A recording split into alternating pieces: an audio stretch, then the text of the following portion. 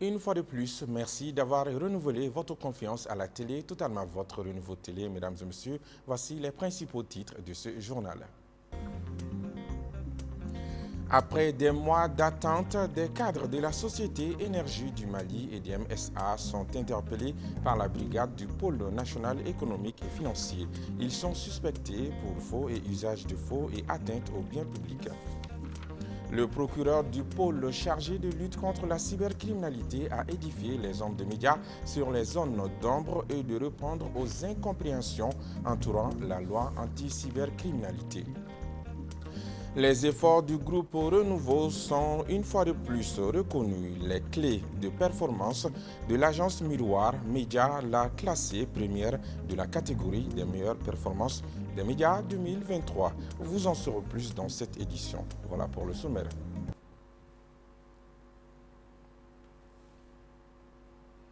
Bienvenue à tous aux informations. Le procureur du pôle chargé de lutte contre la cybercriminalité était face à la presse ce mercredi 10 janvier 2024 à l'initiative de la Maison de la presse du Mali. L'objectif de cette rencontre avec les hommes de médias était de clarifier les zones d'ombre et de répondre aux incompréhensions entourant la loi anti-cybercriminalité. À ce jour, le pôle a enregistré 232 plaintes, dont 28 ont été déjà jugé. Loulomadi Bati. En tant que premier responsable du parquet, nous sommes chargés d'enclencher les poursuites. Et ces poursuites peuvent se faire sur la base de dénonciation, sur la base de plaintes, sur la base d'exploitation des rapports de certaines autorités, notamment les lois que je viens de numérer tantôt, les autorités administratives en charge de l'application de ces lois-là. Donc tous leurs rapports à connotation pénale nous sont destinés. Et donc l'exploitation de ces rapports-là peuvent donner lieu à des poursuites. Donc comme pour dire que nous pouvons nous autosaisir, non seulement sur la base de l'exploitation de ces rapports, mais de tout autre fait qui va être porté à notre connaissance, fait qui serait contraire à la légalité. Nous avons une compétence exclusive, ça fait que même les infractions connexes aux infractions cybercriminelles, de facto, rentrent dans notre champ de compétences. C'est ce que la loi dit, puisque faire autrement serait créer un conflit de compétences entre le pôle et une autre juridiction. Donc, pour dire que non seulement nous sommes compétents pour, j'allais dire, les journalistes, les activistes sur le web, les web TV, les blogueurs, voilà, j'en passe. La loi sur la cybercriminalité parfois a été critiquée à tort, comme je le disais tantôt, par souvent même, j'allais dire, des professionnels du droit, sans pour autant vouloir, j'allais dire, jeter l'invective ou l'opprobre sur qui que ce soit. Je pense que la conscience professionnelle et intellectuelle voudrait que l'on s'abstienne, à mon avis, de se prononcer sur des questions dont on n'a pas une... Mais si par extraordinaire vous portez atteinte à l'honneur et à la dignité de quelqu'un, ou si vous tenez des propos susceptibles de troubler l'ordre public, que le procureur ne va pas enclencher des poursuites, c'est juste pour dire en réalité qu'on veut faire croire en réalité ce qui n'est pas. Puisque ceux-ci sont en train de parler constamment, quotidiennement, sans jamais être inquiétés, pour dire que la liberté d'expression, d'opinion, de presse et autres choses sont en réalité vivantes et vivaces en République du Mali. Juste pour dire que personne, en tout cas jusqu'à preuve du contraire, personne n'est empêché de s'exprimer, de dire quoi que ce soit, mais seulement à condition de ne pas porter atteinte à l'honneur et à la dignité d'autrui. Des cadres de l'EDM SA en garde à vue. En effet, plusieurs cadres de la Société Énergie du Mali, EDM SA, sont placés en garde à vue par la brigade du pôle national économique et financier. Ils sont suspectés pour des infractions de faux et usage de faux et atteinte aux biens publics. Explication, Aïssata Diarra. Selon des sources concordantes, ce mercredi 10 janvier 2024, la brigade du pôle national économique et financier a placé en garde à vue plusieurs cadres de la Société Énergie du Mali, EDM SA. un haut cadre des douanes pour faux et usage de faux et atteinte aux biens publics. Il s'agit d'un directeur général sortant de l'EDM-SA, de la secrétaire générale chargée du département juridique et du département contrôle des contrats et passation des marchés, du chef du département contrôle des contrats et passation des marchés, d'un ancien directeur administratif et financier, actuellement conseiller spécial du DG, du chef du département juridique, d'un ancien directeur de la production et une ancienne chef du bureau des produits pétroliers. Certaines sources rapportent qu'un ancien ministre et un ex-directeur général adjoint concernés par cette affaire sont actuellement hors du pays. Selon des sources bien introduites, il faut s'attendre d'autres interpellations dans le cadre de cette affaire en lien avec la crise énergétique qui traverse le Mali depuis des mois. Selon nos confrères du studio Tamani, au moins 17 personnes arrêtées lors de la reprise de Kidal ont été libérées ce 9 janvier 2024. Après leur remise en liberté, elles ont été reçues par le gouverneur de Kidal, le général El Hadj Gamou. Celui-ci a rassuré que les forces armées maliennes continueront leur travail de sécurisation des personnes.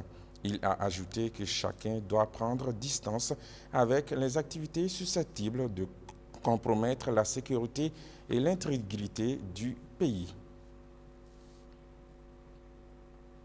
Les 2 enseignants enlevés la semaine dernière à Tchena, dans la commune de Massina, ont été libérés sains et saufs ce mardi 9 janvier 2024 dans la soirée, rapportent toujours nos confrères de Studio Tamani. Cette information est confirmée selon la même source par les responsables de la synergie des syndicats d'enseignants du cercle de Massina. Ils étaient dans les mains des hommes armés non identifiés qui sont dans la zone de l'interfleuve. Orange Mali, partenaire officiel du football malien, a organisé ce 9 janvier 2024 sa traditionnelle cérémonie de récompense et d'accompagnement des aigles du Mali. La cérémonie a été présidée par le directeur général adjoint d'Orange Mali à l'hôtel Radisson Collection. Le compte-rendu est signé de Lika Guindo, Ibrahim Dao. Partenaire de longue date du football malien, et par cette cérémonie, Orange Mali exprime à nouveau son soutien non seulement aux aigles du Mali, avec un chèque de 100 millions de francs CFA, mais également aux journalistes sportifs avec 12 millions et 10 millions aux supporters. Et je voudrais saisir cette occasion pour réaffirmer notre soutien au football malien, au nom du directeur général. Nous allons continuer à soutenir le football malien parce que nous croyons au football malien et nous sommes certains que la coupe, tôt ou tard, reviendra au Mali. Selon Moussa Sylvain Diakité, premier vice-président de la FEMAFOOT, si Orange n'était pas là, ça allait être compliqué pour le football malien de se développer. Donc nous remercions vivement Orange Mali. Et aujourd'hui, cette remise, c'est un élément qui fait partie du contrat Orange avec la Fédération malienne de football. Donc nous remercions vivement Orange. Je pense que le capitaine Amari, avec son coach Eric, ils vont nous ramener la coupe et que nous allons avoir d'autres chèques plus importants que ça. Faisant partie du football malien, les journalistes sportifs ainsi que les supporters n'ont pas été oubliés. Ils n'ont pas manqué de remercier Orange pour son soutien. Nous aussi, nous allons à notre Coupe d'Afrique être les meilleurs en couverture de notre sélection nationale dont nous sommes fiers et que nous soutenons. Orange, merci pour tout et j'espère qu'il y aura un autre chèque pendant les semaines qui vont arriver parce que ça va bouger et ça va cartonner. Avant même, il y avait des calculatrices qu'on prenait. Maintenant, grâce à la fédération, on est qualifié sans calculer. C'est de demander encore à Orange de continuer à être rassembleur pour notre pays. Ce pays a une équipe nationale, ce pays a un drapeau, ce pays a un seul club de supporters qui est l'UNASAM, qui est un partenaire naturel de Orange. Au nom de Solomon Diabaté et l'ensemble de nos structures, ça ne sera pas le dernier chèque. Amari qui n'a jamais ménagé aucun effort pour nous respecter. Sylvain est là, le président, vice-président. On n'a pas grand-chose à dire aujourd'hui, sauf aller les aigles. A noter que Orange promet un sacré pactole en cas de victoire finale des Aigles du Mali à la CAN 2023. Et pour faire plaisir à ses abonnés en cette veille de la CAN 2023, Canal+ Mali a procédé à la présentation de ses offres spéciales pour l'événement. La conférence a été couplée à la remise des prix aux gagnants du 3e tirage de la tombola de fin d'année Canal+ Mali. C'était ce mardi 9 janvier 2024 au Palais des Sports de Bamako. Lassine Diakité nous en parle. Pour cette 34e édition de la Coupe d'Afrique des Nations qui se tient en Côte d'Ivoire du 13 janvier au 11 février 2024, Canal+ Mali a offert à ses abonnés une chaîne créée spécialement dédiée à la diffusion des matchs. Cette nouvelle chaîne est accessible à partir de la plus petite formule d'abonnement. Alors, à cet effet, Canal a lancé une nouvelle chaîne dédiée spécialement Canal+ CAN, où vous suivrez toute l'intégralité des matchs de CAN sans interruption en HD. Alors cette chaîne, c'est une première dans ce domaine-là. Alors la CAN, Canal+ CAN, c'est sur le canal 9 à partir de votre bouquet, que ce soit Access ou les bouquets supérieurs. Au cours de cette conférence de presse, Canal+ Mali a également procédé à la remise des cadeaux aux gagnants du 3e tirage de sa tombola fin d'année. Il s'agit de 13 billets d'avion Bamako-Abidjan-Bamako pour aller assister à la CAN avec tous les frais payés par Canal+, 10 groupes électrogènes de 5 kVA et une voiture. Alors, à cet effet également, on a récompensé les gagnants de la tombola de décembre qu'on avait organisée, où on a offert quasiment un groupe électrogène du 1er au 31 décembre. Et un gagnant également a été sorti avec une nouvelle voiture toute neuve. Donc, tous les gagnants ont été tirés et ont été récompensés aujourd'hui. La première vague va partir ce mardi avec le premier match des Aigles, Mali, l'Afrique du Sud, où on est là avec 4 clients qui ont bénéficié de ces tickets. Les heureux gagnants à ces différents lots ont exprimé leur joie et remercient Canal+ pour l'initiative. Et on m'a confirmé qu'il a réellement gagné un groupe électrogène et nous sommes là cet après-midi pour récupérer. Et merci beaucoup à l'équipe Canal pour cette marque de confiance, vraiment merci. À noter que les fan zones sont prévues dans les différentes grandes villes maliennes pour permettre aux supporters d'assister à l'intégralité des matchs de la CAN 2023. Le groupe Renouveau est dans le classement des 10 entreprises les plus innovantes de l'année 2023 de l'agence Miroir Média. Il occupe la première place de la catégorie des meilleures performances dans le domaine des médias.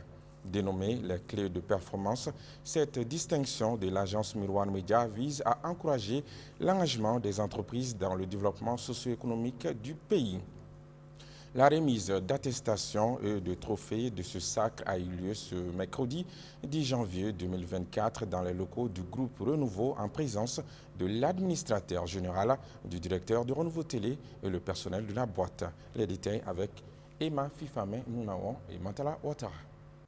Depuis plusieurs années, l'agence Miroir Média prime les meilleures entreprises en termes de performance et de visibilité. D'après ces statistiques, 90% des Maliens connaissent ou suivent l'un des programmes du groupe Renouveau, d'où cette remise.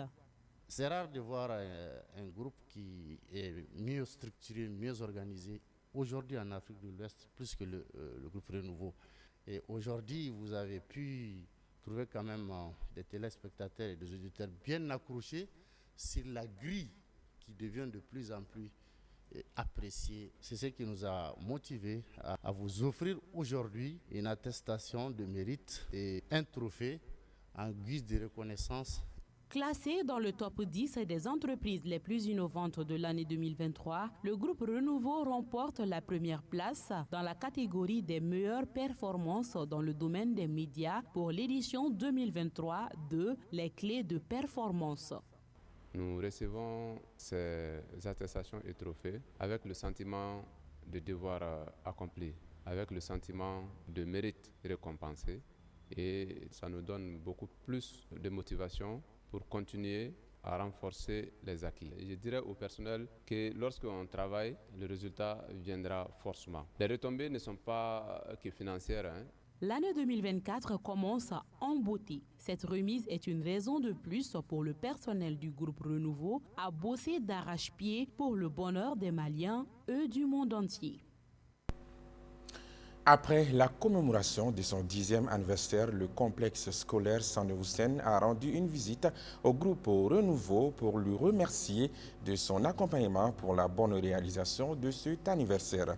À cette occasion, la directrice générale et le coordinateur général du complexe ont offert un gâteau au groupe de presse Renouveau pour exprimer leur reconnaissance. Directeur, journalistes, techniciens, tous étaient présents à cette occasion. Suivant le compte-rendu de la visite avec Assistant Diallo et Zakaria Oumar Keita. Réalisation de magazines vidéo, écrites, production.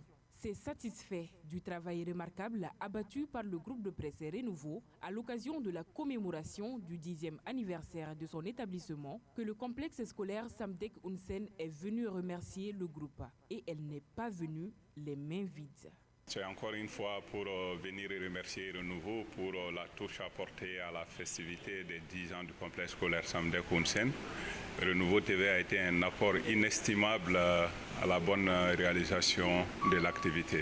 C'est pourquoi nous avons jugé nécessaire une fois encore de plus de venir remercier Renouveau jusqu'à dans ses locaux avec un gâteau pour encore fêter davantage les 10 ans de l'école. La reconnaissance du travail bien fait est une reconnaissance souvent bien plus appréciée qu'un salaire. C'est en adéquation avec cette citation que le groupe de presse a accueilli ce cadeau. Nous avons un sentiment de fierté et de reconnaissance, même si nous venons de recevoir un gâteau de reconnaissance. Ce n'est pas seulement ce gâteau, mais c'est toute la symbolique qui est derrière. Franchement, un coup de téléphone aurait pu suffire, mais en plus de toutes ces appréciations que nous avons reçues sur le terrain après la cérémonie de commémoration de l'anniversaire, ils se sont déplacés pour venir nous donner ces gâteaux et nous dire merci pour tout le travail abattu. Nous sommes très contents, très fiers et puis très flattés. Cela ne fera que nous galvaniser dans la dynamique de mieux faire. C'est dans un cadre convivial que ce succulent gâteau a été dégusté par tous. Par ailleurs, les organisateurs de Maxi Vacances ont procédé ce mardi 9 janvier 2024 à la remise des prix aux gagnants des différentes catégories pour l'édition 2023. Il s'agit, à travers cette remise, d'encourager la jeunesse à se former davantage pour atteindre l'excellence. La cérémonie de remise a eu lieu dans un hôtel de la place en présence de plusieurs personnalités. Maïmouna Ouedraogo et Matala Ouattara pour le compte-rendu. Les 18 lauréats de l'événement culturel Maxi Vacances édition 2023 ont reçu leur prix en faveur d'une cérémonie organisée pour la circonstance. Ils ont été victorieux dans différentes catégories, dont la culture générale, l'islam, la mise, l'art oratoire, l'humour, la musique, la chorégraphie et la danse. L'objectif de cette émission est de promouvoir l'excellence chez les jeunes. C'est d'abord un sentiment de fierté et des reconnaissances tant envers Allah qui m'a permis de remporter cette compétition, surtout en catégorie d'art oratoire, et aussi des reconnaissances envers les organisateurs, c'est-à-dire l'ORTM. Je les exhorte encore une fois de rester sur ce postulat. Inch'Allah, ils cultiveront l'excellence. Partenaire officiel de cette émission depuis 20 ans, la Fondation Orange Mali entend accompagner davantage Maxi Vacances à travers des innovations afin d'améliorer les nouvelles éditions. La jeunesse est au cœur de la stratégie d'Orange Mali et c'est donc naturellement que nous sommes présents chaque année pour faire rayonner le meilleur de la jeunesse au Mali. Et nous allons travailler dans les années futures pour pouvoir promouvoir à la fois la jeunesse et aussi la citoyenneté malienne. Pour les ministres de la Jeunesse et des Sports, cette émission est à encourager. Il invite par conséquent les jeunes à l'Union pour l'intérêt national. Maxi Vacances, c'est une école d'apprentissage. C'est une école pour accompagner les jeunes. Je pense que c'est important à ce stade d'avoir des émissions de ce genre-là. Ça aide énormément les jeunes de façon globale, sans distinction. Bon, le dernier message, c'est d'inviter vraiment toute la jeunesse, mais aussi tous les acteurs au niveau des médias, d'avoir des émissions de ce genre-là. Des émissions qui poussent les gens à avoir un peu plus de culture générale, à être un peu plus engagés pour la construction de leur pays. Donc j'appelle vraiment les jeunes à s'intéresser à cela. Cette cérémonie a été marquée par la remise des prix des différentes catégories et des prestations d'artistes. Vivement la prochaine édition de Maxi Vacances.